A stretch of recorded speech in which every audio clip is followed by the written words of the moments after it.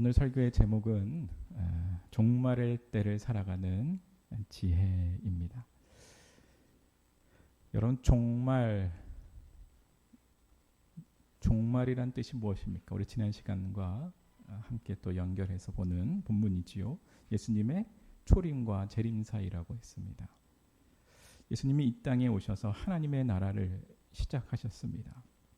사탄의 나라가 십자가에서 결정적으로 무너지고 이제 하나님의 나라는 완성으로 뻗어가고 있는 겁니다.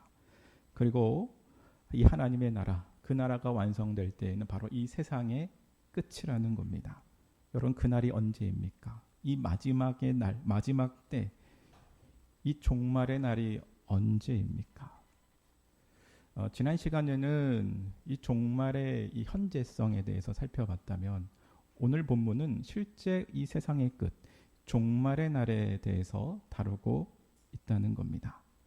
정말 이 세상의 끝이 올 것인지, 그것이 우리와 무슨 상관이 있는 것인지, 우리는 그날이 오기까지 어떻게 살아가야 하는지 말씀을 통해서 풍성한 은혜 되시기를 주의 이름으로 축원합니다. 25절에 보시면 25절에 보면 그 마지막 날, 세상의 끝에 있어야 하는 이 징조에 대해서 이야기를 합니다. 세상 끝에는 어떤 일이 벌어질 것 같습니까? 25절에 보니까 예수님께서 이렇게 말씀하셨죠. 1월 성신에는 징조가 있겠고, 또 25절 중간에 보면 바다와 파도의 성난 소리가 있겠다. 그리고 26절 마지막에 보면, 끝에 보면 하늘의 권능이 흔들리겠다. 여러분, 이게 어떤 의미입니까? 1월 성신은 해와 달과 별을 의미합니다.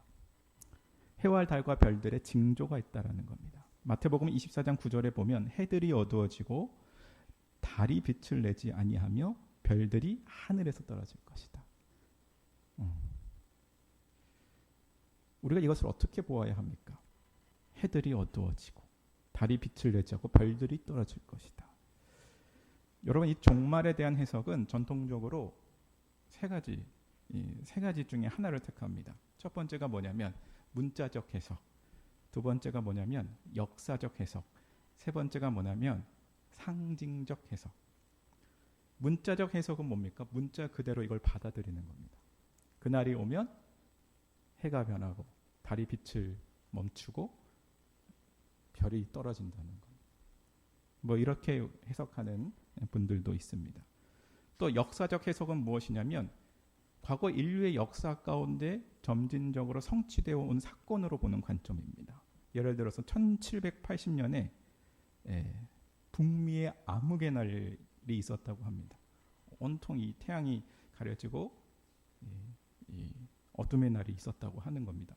그다음에 1833년에도 대규모의 어떤 유성이 떨어진 그런 날들이 있었다고 합니다. 이것을 징조로 보고 사람들은 뭘로 보는 거예요? 곧 세상이 끝나겠구나.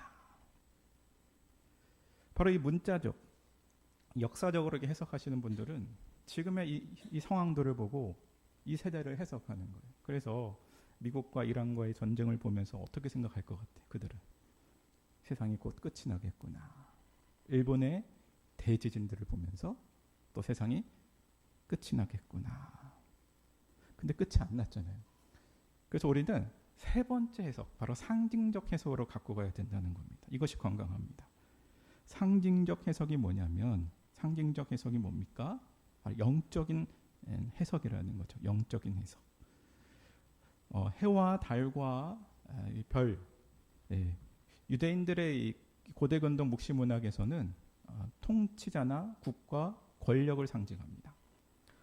바로 해와 달과 별이 무너지는 것, 그리고 천재의 지변이 이뤄지는 것, 바로 사탄의 나라가 완전히 붕괴한다라는 그런 의미로 우리는 받아들여야 한다는 거죠. 그날이 오면 사탄의 나라는 완전히 붕괴되고 어떤 나라가 완전히 세워지는 거죠? 하나님의 나라가 완전히 세워지는 그날이 오게 된다는 겁니다. 그러면서 26절에 보면 사람들이 그날에 세상에 임할 일을 생각하고 무서워한답니다. 그리고 기절한다고 하는 거죠. 그리고 그때에 27절 사람들이 무엇을 보리라? 인자가 구름을 타고 능력과 큰 영광으로 오는 것을 보리라. 바로 누가 오시는 거예요? 인자? 예수님이 오시는 거죠. 구름을 타고, 이것도 상징적으로 구름은 하나님의 임재라는 뜻이죠. 하나님께서 오시는 것과 같이 능력과 큰 권능을 가지고 이 땅에 오신다는 거죠. 우리는 다 알고 있습니다. 예수님이 심판주로 오신다는 것. 바로 하나님의 나라를 완성하러 이 땅에 오신다는 것을 분명히 알 수가 있습니다. 그리고 나서 28절 한번 봅시다. 28절에 보면 이런 일이 일어날 때에 성도들이 취해야 될 태도에 대해서 예수님께서 이렇게 이야기를 하시는 거예요. 28절 다 같이 한번 읽어봅시다. 시작. 이런 일이 되기를 시작하거든 일어나 머리를 들라. 너희 속량이 가까웠느니라. 아멘. 이런 일이 시작하거든. 주님이 오심을 보면 일어나 머리를 들라. 누구를 바라봐야 돼요? 예수 그리스도를 바라봐야 된다는 겁니다. 그리고 속량이 가까웠느니라. 속량은 우리의 구원입니다. 그 구원이 가까이 왔다. 가까이 왔다. 여러분 이 속량은 값을 지불하다라는 뜻이죠. 바로 예수 그리스도의 십자가에서 우리의 죄값이 다 지불되었습니다. 그 속량이 우리의 것이 되려면 우리는 예수 그리스도를 믿어야 되는 것이죠. 바로 이 땅에서 예수 그리스도를 믿는 자, 이 땅에서 예수 그리스도를 믿고 속량받은 자들이 그날에 그를 바라볼 수가 있다는 겁니다. 우리의 특권이자 소망이 되는 것이죠. 그리고 지난주에 7절에서 성전의 사람들이 질문했던 것처럼 그러면 어느 때에 이런 일이 일어나겠습니까? 이런 질문들이 생기게 되는 것이죠. 바로 그 질문에 대해서 29절에서부터 33절까지 예수님께서 이야기를 해주시는 겁니다. 비유를 예수님께서 드셨어요. 바로 무화과 나무와 모든 나무의 비유입니다. 29절에 보면 무화과 나무와 모든 나무를 보라는 겁니다. 30절에 싹이 나면 너희가 보고 여름이 가까운 줄 자연히 아나니. 그렇지 않습니까? 우리가 나무를 보고 싹이 나면 곧 여름이 오겠다라는 걸 우리가 짐작하는 것이죠. 자연스럽게 안다는 겁니다. 여기 무화과 나무와 모든 나무를 보라. 예수님께서 무엇을 이야기하는 겁니까? 바로 우리가 앞전에 예루살렘 성전 파괴를 이야기하는 겁니다. 싹이 난 겁니다. 역사 가운데 우리도 본 사건이지요. 그리고 이제 여름, 우리는 이 세상 끝이 가까이 와 있다는 것을 우리는 자연히 아는 존재입니다. 여러분 세상 사람들도 예를 들어 어떤 심각한 이 범죄 사건들이 뉴스에 나오면 어떤 표현들을 합니까? 말세다. 말세다. 이런 표현들을 씁니다. 믿지 않는 사람들도 이 세상의 끝을 직감하고 있는 겁니다. 그 세상이 끝나겠구나. 그런데 그날은 우리에게는 어떤 날입니까? 바로 31절입니다. 바로 하나님의 나라가 가까이 온 줄을 알라. 하나님의 나라가 이제 보이는 겁니다. 이때가 언제냐면 구원의 문이 닫힐 때, 심판의 날, 이 세상이 끝날 때를 이야기하고 있는 겁니다. 그리고 반드시 이 일은 32절과 33절에 예수님께서 반드시 이 일을 일어날 것이라고 표현하고 계십니다. 우리 한번 32절, 33절 한번 읽어보도록 하겠습니다. 시작.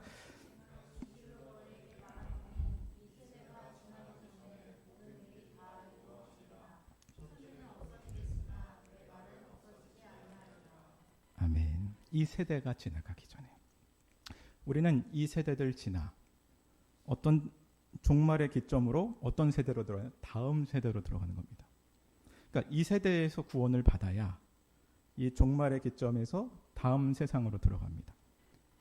이 다음 세상에 천국과 지옥이 있죠. 예수님이 오셔서 한쪽은 천국, 한쪽은 지옥으로 바로 이 땅에서 예수 그리스도를 믿고 살아가는 성도들이 구원받는 것이죠. 구원의 날이 바로 이때라는 거죠. 반드시 이때가 이뤄질 것이다. 천지는 없어지겠으나 내 말은 없어지지 아니하리라. 강조입니다. 강조. 여러분 하나님은 말씀하시면 반드시 그 말씀을 이루십니다. 우리도 그런 생각을 하죠. 에이 설마 세상의 끝이 오겠어? 베드로후서에서 보면 초대교회 성도들도 뭐 이런 생각들을 했어요. 말세에 조롱하는 자들이 와서 자기의 정욕을 따라 조롱하며 이르되 주께서 강림하신다는 약속이 어디 있느냐? 처음 창조될 때 같이 그냥 있다 하니 믿지를 않았다라는 거죠. 성경은 계속해서 같은 패턴으로 돌아갑니다. 노아의 방주 사건, 홍수가 나겠어? 홍수가 납니다. 또 소돔과 고모라 그 도시 하나님께서 불로 심판하시겠어? 불로 심판하십니다. 예루살렘 성전, 하나님이 함께 계신다는 예루살렘 성전 무너지겠습니까? 무너졌다는 겁니다.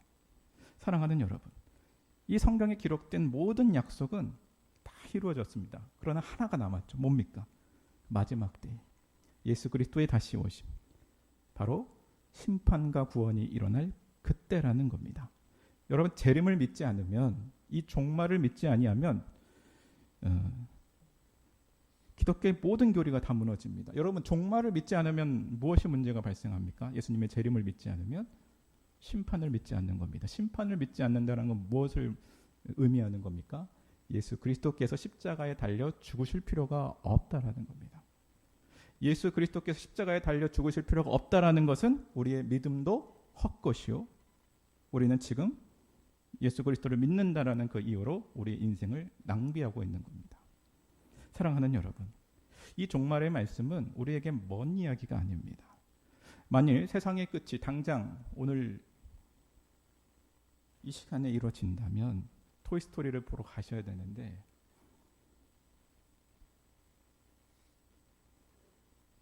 어떻겠습니까? 곧 이루어질 이 사건이라면 우리는 매일매일을 바로 이 말씀대로 살아가야 함이 마땅한 겁니다. 그래서 우리가 종말의 때를 살아가는 하나님의 백성이다라고 표현할 수 있는 겁니다. 우리는 매일 종말의 때를 살아가고 있다는 겁니다. 그렇다면 오늘 이 말씀을 토대로 이 세상 가운데, 이 끝날 세상 가운데 살아가는 이 성도들의 삶에 있어서 어떻게 살아가는 것이 하나님 앞에 옳은 삶인지 말씀을 통해서 은혜를 나누고자 합니다. 첫 번째로는 뭐냐면, 여러분, 첫 번째로는 여러분 시대를 읽을 줄 알아야 됩니다. 시대를 읽을 줄 알아야 된다. 여러분, 우리는 어떤 시대를 살아가고 있는 겁니까? 종말의 때. 이 세대, 그리고 이 세대와 다음 세대. 이 시대를 분별할 줄 알아야 된다는 겁니다. 예수님은 누가복음 12장 56절에 바리새인들에게 이 외식하는 자여, 너희가 천지의 기상은 분간할 줄 알면서 어찌 이 시대는 분간하지 못하느냐, 이렇게 책망하셨어요. 분간이 뭡니까? 쪼개고 가려내다. 세상의 모든 것들이 다 복합적으로 다 들어와 있습니다. 쪼개고 가려내 봐야 되는 거예요. 이 시대가 어떤 시대인 것인지. 사랑하는 여러분, 우리가 이 세상 가운데 영적인 전투를 행하며 살아갈 때에 중요한 건 뭐냐면 이 세계관의 싸움입니다. 여러분, 세계관이 무엇입니까? 세계관은 세상을 보는 눈입니다. 제가 노란색 안경을 쓰면 세상은 다 온통 노란색으로 보이는 것이죠. 20세기 이후를 살아가는 현대 그리스도인들에게는 세계관 싸움은 필수적인 겁니다. 세상은 어떤 세계입니까? 어떤 세계관으로 흘러가고 있습니까? 개인주의적 세계관, 과학적, 자연주의적 세계관, 물질주의적, 외모 지상주의적, 소비주의적, 이 혼잡한 세계관들이 다 쌓여져 있다는 겁니다. 그리고 우리는 이 한 시대의 이데올로기 속에서 성장하며 세워져 왔다는 겁니다. 여러분들이 바라보는 인생, 사랑, 결혼, 공부, 직장, 우리의 미래, 고난과 죽음, 우리 인생의 가치와 방향, 다 자연스럽게 무엇으로 보고 있지요? 여러분이 갖고 있는 세계관으로.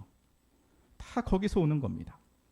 그런데 교회 와서 우리는 성경을 통해서 어떤 세계관을 들어오는 겁니까? 하나님 나라의 세계관. 이 하나님 나라의 이 세계관이 우리 가운데 들어오니 어떤 일들이 벌어집니까? 세상 나라의 이 세계관과 충돌이 되는 거죠. 그래서 우리 마음에 갈등과 고민이 생기는 겁니다. 정말 주님이 다시 오실까? 이 땅이 영원할 것이라고 자기는 생각하는 것이죠. 바로 이 신앙은 이 세상적 세계관과 이 성경적인 세계관과의 이 싸움이라는 겁니다. 제가 이게 설교 나눔하는 것들을 쫙 들어보면 왜 성도들은 매주 똑같은 문제를 가지고 나올까? 전에도 이 문제를 다뤘었는데 버전만 다를 뿐이지 또 똑같은 문제로 그런 문제들을 다뤄내는 겁니다. 그래서 이렇게 말씀을 통해서 또 위로도 받고 도전도 받고 그렇게 가지만 그 다음 주에 오면 또 비슷한 고민을 이렇게 늘어놓고 또 위로도 받고 도전도 받고 또 가지면 또 비슷한 상처 났으면 반창고 붙여주고 반창고 떨어졌으면 또 반창고 붙여주는 그 정도에서 머무는 어떤 신앙생활의 모습을 발견하게 되는 것이죠. 그런데 여러분의 삶의 문제를 속 시원하게 해결할 강력한 무기는 바로 이 세계관, 성경적 세계관입니다. 성경적 세계관이 아니면 예수 믿고 난 죄사함 받고 죽으면 천국 가. 이 구구단적인 이 구원의 교리, 이것이 약하다는 것이 아닙니다. 오직 은혜로 받기 때문에 구원은 예수 그리스도를 믿음으로 은혜로 구원을 받습니다. 그러나 그 한 줄로는 이 세상을 하나님의 백성으로 힘있게 살아갈 수는 없다라는 겁니다. 그래서 성경을 보아야 하고 그리고 말씀을 배워야 한다는 게 여기서 나오는 것이죠. 성경에서 말하는 시대가 지금이 어떤 시대인지, 이 시대가 어디로 흘러가고 있는지, 나는 어디에 흐르고 있는지, 이 세계관 가운데 우리의 삶을 비춰봐야 한다는 겁니다. 사랑하는 여러분, 우리의 신자의 삶은 매우 간단합니다. 성경 말씀을 통해서 성경적인 세계관, 바로 예수 십자가 복음과 하나님 나라의 복음으로 시대를 분간하며 살아가는 겁니다. 하나님 나라의 시작과 타락, 구원의 역사, 그 나라의 회복과 완성 사이를 살아가는 나라는 존재. 바로 이 내 인생이 이 세계관 안에서 어디로 흘러가는지, 나는 어떤 세계관을 붙잡고 살아가야 하는지, 이 힘을 가지고 우리는 이 세상을 살아가는 것입니다. 어떤 분이 이렇게 이야기하더라고요. 간증 가운데 우리가 이제 설교를 들을 때에 몇 구절을 딱 두고 그 이제 설교를 듣는 것도 우리가 신앙생활을 하면서 매우 유익한 것이라고 이야기를 합니다. 그렇죠. 그런데 성경 통독을 해봤더니 이 성경 전체 내용이 곧 자기의 인생이라는 것을 깨달은 것입니다. 내 인생이 이렇게 시작됐고 이런 문제로 이런 고통과 어려움들이 있었고 예수님이 이걸 해결하셨고 이 문제를 해결받은 존재는 앞으로 이런 삶을 살겠고 앞으로 이렇게 생을 마감하겠구나. 자신의 삶 전체를 바라보게 된다는 것이죠. 우리가 힘들면 예수 그리스도의 십자가를 바라보라 이렇게 추상적으로 이야기하잖아요. 이런 주님을 바라보면 무엇이 보이는 겁니까? 십자가에 달리신 예수 그리스도요. 그것이 전부입니까?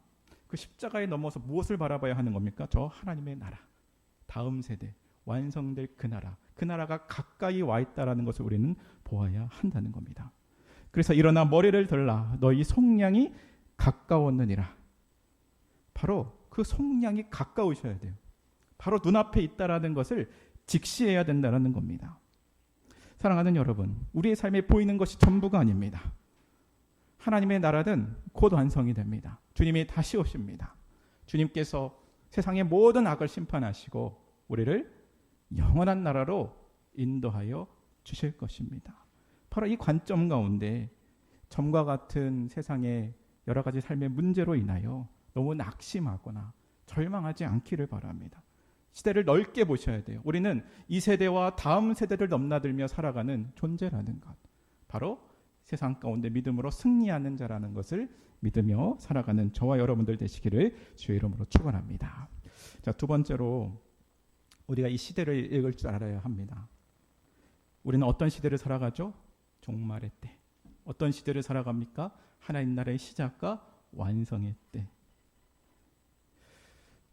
두 번째로는 우리가 이 시대를 읽을 줄 알았다면 우리는 우리 자신을 읽어야 합니다. 바로 우리의 마음이 둔해지지 않도록 자신을 읽어야 한다는 겁니다. 34절에 보면 33절까지는 이 종말에 대해서 이야기하신 다음에 34절에서부터는 쭉 예수님의 명령법이 나옵니다. 그래서 34절에 보면 우리 한번 다 같이 한번 읽어봅시다. 시작. 너희는 스스로 조심하라. 그렇지 않으면 방탕함과 술취함과 생활의 염려로 마음이 둔하여지고 뜻밖의 그날이 아멘. 너희는 스스로 조심하라라고 합니다. 바로 예수님의 말씀대로 조심해야 합니다. 우리의 마음을 읽어야 합니다. 어떤 마음? 우리의 마음이 둔해지지 않도록. 여기서 이 둔해진다라는 건 어떤 뜻입니까? 헬라어 원문에 보면 헬라어 바레도신이라고 썼는데 짐을 과적하다, 눌러버리다. 무엇이 여러분의 마음을 막 누르고 있는 거예요. 이 세 가지가 나오죠. 세 가지 뭡니까? 첫 번째, 방탕함. 그 다음에 두 번째, 술 취함. 세 번째, 생활의 염려. 방탕함은 무엇입니까? 바로 무절제한 삶입니다. 누가복음 15장의 탕자가 아버지의 품을 떠나서 어떤 삶을 살아갑니까? 허랑방탕한 삶을 살아갑니다. 허랑방탕은 아버지의 말씀에서 떠나 자기 마음대로 살아가는 삶의 모습인 것이죠. 결과는 뭡니까? 파멸과 주림이었습니다. 그리고 두 번째로는 이 방탕은 곧 술 취함으로 연결됩니다. 술 취함은 감각적인 쾌락에 빠져 살아가는 삶인 것이죠. 술뿐만 아니라 취할 수 있는 모든 것을 다 의미합니다. 취미와 여가 생활에 취하고, 일과 사랑에 취하고, 돈에 취하고, 자기 자아에 취하고, 뭐 이런 겁니다. 그 다음에 세 번째, 생활의 염려는 무엇입니까? 생활의 염려. 직장이나 우리의 돈 버는 것에 과도하게 매몰되거나 거기에 빠져서 염려하며 살아가는 삶. 하나님 나라에 대해서 관심 없이 이 세상이 전부인 마냥 살아가는 그런 삶의 태도라는 거죠. 바로 이 세 가지를 스스로 조심해라. 이거 예수님의 경고입니다. 복음서에서 명령법은 우리가 반드시 붙잡고 가야 됩니다. 왜냐하면 예수님께서 명령하셨기 때문에. 스스로 조심하라. 신앙생활을 하다 보면 종종 이렇게 마음이 막 굳어지신 분들을 발견합니다. 우리의 마음은 어느 순간 탁 굳어지는 것이 아닙니다. 어디서부터 딱 시작된 게 있어요. 순종해야 되는데 그 뒤로 넘겨버리고, 회개해야 하는데도 그냥 넘겨버리고, 비용 지불해야 되는데도 그냥 넘겨버리고, 그렇게 해서 계속해서 반복하게 되면 자기도 모르게 점점 마음이 어떻게 됩니까? 둔해집니다. 굳어지는 거죠. 돌과 같은 마음으로 탁탁하게 굳어진 겁니다. 보통 마음이 굳어지신 분들의 이 공통적인 특징이 있으면 첫 번째는 뭐냐면 설교를 잘 안 들어요. 눈빛과 그 태도 다 달라집니다. 오래전부터 하나님 나라의 세계관은 다 밀어낸 거예요. 세상적 세계관으로 자리 잡고 있기 때문에 하늘의 말이, 언어들이 들리지가 않는 겁니다. 두 번째로는 뭐냐면 죄에 대해서도 무감각해집니다. 죄를 짓고도 이제는 놀라지도 않아요. 회개할 마음도 없습니다. 두려움도 없다라는 거죠. 세 번째는 뭐냐면 감사와 기쁨이 사라집니다. 일상이 매우 메마르지게 느껴지는 것이죠. 채워도 채우지 못하는 공허함 가운데 살아가게 된다는 겁니다. 네 번째는 뭐냐면 기도를 하지 않습니다. 힘들 때는 기도하겠지만 그러나 형식적인 것에서 끝을 맺는다는 겁니다. 마지막으로 다섯 번째는 뭐냐면 불평과 비판이 늘어납니다.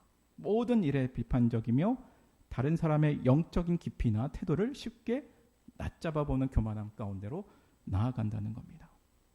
오늘 본문에 보시면 34절에 보면 너희는 스스로 조심하라. 뜻밖의 그 날이 덫과 같이 너희에게 임하리라. 이미 그 사람에게는 뭐가 임한 거예요? 하나님의 심판과 같은 지옥의 삶을 경험하고 살아간다는 겁니다. 사랑하는 여러분, 우리가 구원을 받았어도 이 땅에서 다 복되게 살아가는 건 아닙니다. 우리의 표정을 보면 알아요. 누구는 복되게 살아가고 누구는 지옥과 같이 살아갑니다. 그 차이가 뭡니까? 구원은 받았으나 스스로 조심하지 않아서 그렇습니다. 그 마음이 둔해졌기 때문에 바로 덫과 같이 임할 그 심판의 날을 미리 맛보고 경험하며 살아가는 겁니다. 천국을 미리 맛보고 경험하며 살아감에도 모자를 파네 지옥을 맛보고 그렇게 살아간다는 것이죠. 사도 바울은 에베소서 4장에 보면 구원받은 백성들에게 이렇게 경고합니다. 너희들 불신자처럼 살지 말라. 그 이방인의 그 마음에 허망한 것으로 행함같이 행하지 말라. 그들의 총명이 어두워지고 그들 가운데 있는 무지함과 그들의 마음이 굳어짐으로 말미암아 하나님의 생명에서 떠나 있도다. 예수를 믿는 신자라도 불신자처럼 살아갈 수 있고 마음이 굳어져서 하나님의 생명에서 떠난 사람들처럼 살아갈 수 있다는 겁니다. 청교도 신학자 존 오웬은 신자들이 마음이 굳어지는 현상을 이렇게 봅니다. 내재하는 죄의 기만성과 영적 나태함. 그래서 죄를 죽이라는 겁니다. 죽이지 아니하면 죄가 당신을 죽일 것이다. 그래서 예수 그리스도에게 나아가야 한다는 겁니다. 가시적으로 이 장차 임할 그 심판을 미리 보여주는 우리의 삶의 어떤 고통이나 고난들도 있지만 교회가 보여주는 것도 있습니다. 그것이 뭡니까? 바로 권징입니다. 권징하시죠. 명백한 어떤 죄를 범했을 때 교회가 권징하는 거 있잖아요. 권면을 하고 또 몇 차례 권면을 하고 또 두세 명의 증인들이 가서 또 권면을 하고 그래도 회개하지 아니하면 목사와 장로, 당회가 어떻게 합니까? 권징을 합니다. 권징을 하기 전에 이제 뭐 수찬정제라든지 뭐 이런 걸 합니다. 그러면서 이 권징의 최고가 뭡니까? 권징의 최고 바로 출교입니다. 출교. 최종 징계가 바로 출교라는 거죠. 출교 그 다음에는 없습니다. 이 최후의 심판을 미리 맛보게 하는 것, 권징의 일부라는 것이죠. 바로 이 출교. 출교를 통해서 하나님의 그 심판을 맛보게 함으로써 회개하지 않는 자에게 회개하게 함으로 구원에 이르도록 하는 하나님의 안전장치가 바로 교회에서 하는 이 권징이라는 겁니다. 그런 교회에서 공적으로 출교문이 낭독이 되면 그 성도는 예배와 성찬에 참여하지 못합니다. 그리고 성도들과의 교제에서도 제외됩니다. 고린도전서에서는 이 출교를 사탄에게 내어주었다. 예수님도 어떤 표현을 씁니까? 이방인 세리와 같이 여기라라고 이런 표현을 합니다. 장차 있을 가시적인 그 심판을 미리 맛보게 함으로써 하나님께서는 그의 백성이 회개하고 하나님 품으로 돌아오기를 원하신다는 것이죠. 그러니까 권징이 사라진 이 한국교회 이 시대 가운데는 이 천국 열쇠인 이 권징을 사용하지 못함으로써 해결될 일들을 그냥 방치해서 내버려둠이 있다는 것을 참으로 안타까운 현실이라는 것이죠. 성경적 교회는 권징을 합니다. 그렇지 않습니까? 교회 3대 표지가 중에 이 세 번째가 권징이지 않습니까? 말씀과 성례를 보호하기 위한 권징 아닙니까? 사랑하는 여러분, 이 마지막 때의 이 특징은 뭐냐면 우리의 마음이 굳어질 수 있다는 것을 반드시 기억하시기를 바랍니다. 스스로를 돌아보시고 나의 마음이 어디로부터 굳어져 있는지 진단하며 주님 앞으로 나아가는 저와 여러분들 되시기를 주의 이름으로 축원합니다. 자, 첫 번째가 우리가 시대를 읽을 줄 알아야 하고 그리고 마음이 둔해지지 않도록 자기 자신의 마음을 잘 살피셔야 됩니다. 그러려면 세 번째 바로 항상 깨어 기도하고 부지런히 말씀을 사모해야 한다는 겁니다. 36절을 한번 다 같이 한번 읽어보도록 하겠습니다. 36절 시작. 이러므로 너희는 장차 올 이 모든 일을 능히 피하고 인자 앞에 서도록 항상 기도하며 깨어 있으라 하시니라. 아멘. 여러분, 이미 우리는 그리스도 안에서 구원받았지만 이 종말의 때라는 이 시대적 특징 때문에 항상 기도해야 한다는 겁니다. 항상 기도함으로 우리가 할 수 없는 일들을 하나님 앞에 간구해야 된다는 겁니다. 그러면서 37절에서부터 38절에 이 쭉 종말에 대한 이 말씀이 다 나온 다음에 예수님께서 어떻게 사역하셨는지 이렇게 나옵니다. 우리 한번 37절, 38절 한번 다 같이 읽어보도록 하겠습니다. 시작. 예수께서는 나사렛 성전에서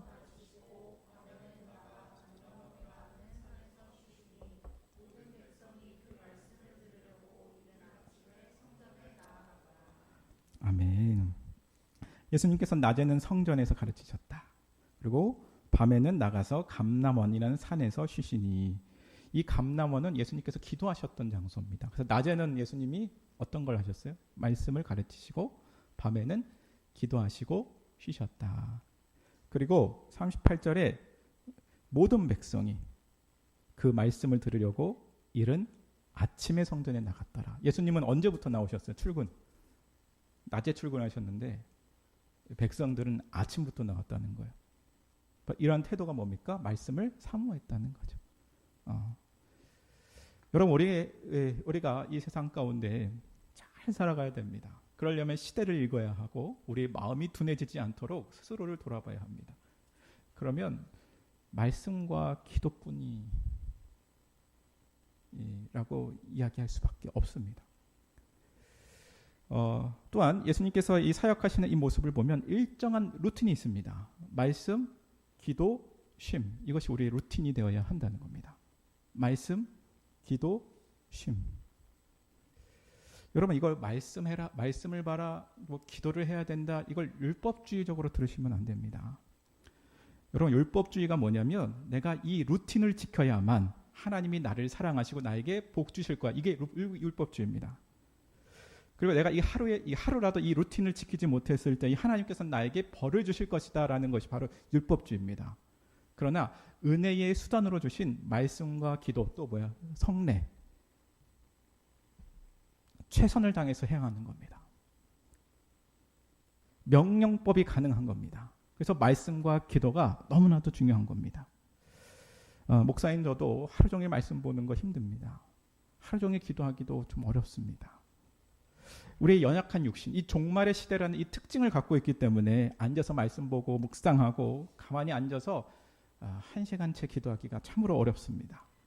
그러나 해야 되는 영역입니다. 이것은 경건이고 경건의 훈련이라고 성경은 늘 이야기하고 있다는 것이죠.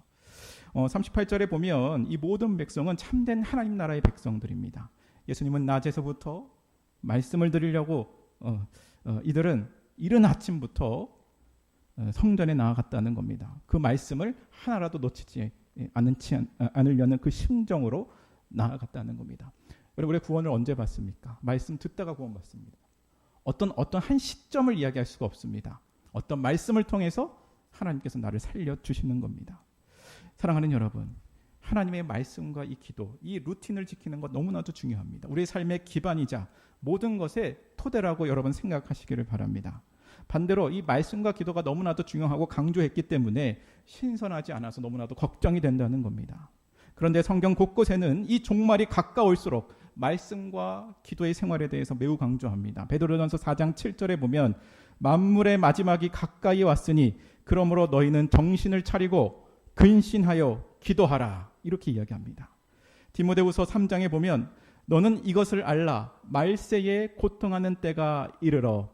디모데후서 3장 12절 무릇 그리스도 예수 안에서 경건하게 살고자 하는 자는 박해를 받으리라. 디모데후서 3장 14절에 보면 그러나 너는 배우고 확신한 일에 거하라. 너는 내가 누구에게서 배운 것을 알며. 다시 말씀으로, 다시 복음으로 돌아가라는 메시지를 던지고 있다는 겁니다. 여러분, 말세에 누가 진짜냐 가짜냐, 그것이 바로 분별의 기준이기도 합니다. 아침부터 나온 사람이 진짜죠. 아침에 꽂히지 마시고 하나님의 말씀을 전심으로 사모하는 자들이 하나님의 백성입니다.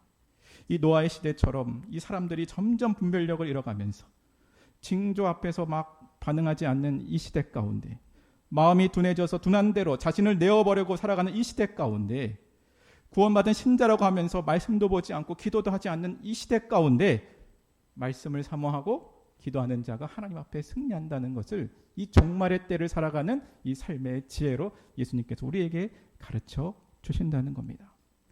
어떤 교회는 목사님 설교 끝나자마자 딱 이렇게 목사님 붙잡고 이야기하는 거예요. 목사님 그렇게 설교하시면 저희 교회 안 나올 거라고, 은혜되는 말씀을 좀 해달라고 그렇게 요청한다고 합니다. 어떤 교회는 목사님 막 성경 연구하자고 하면 바쁘다고 합니다.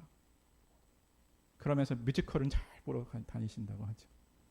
또 어떤 교회는 목사님이 좀 하나님 말씀을 더 철저하게 배워보자 하면 목사님 꼭 그렇게까지 하셔야 하겠습니까?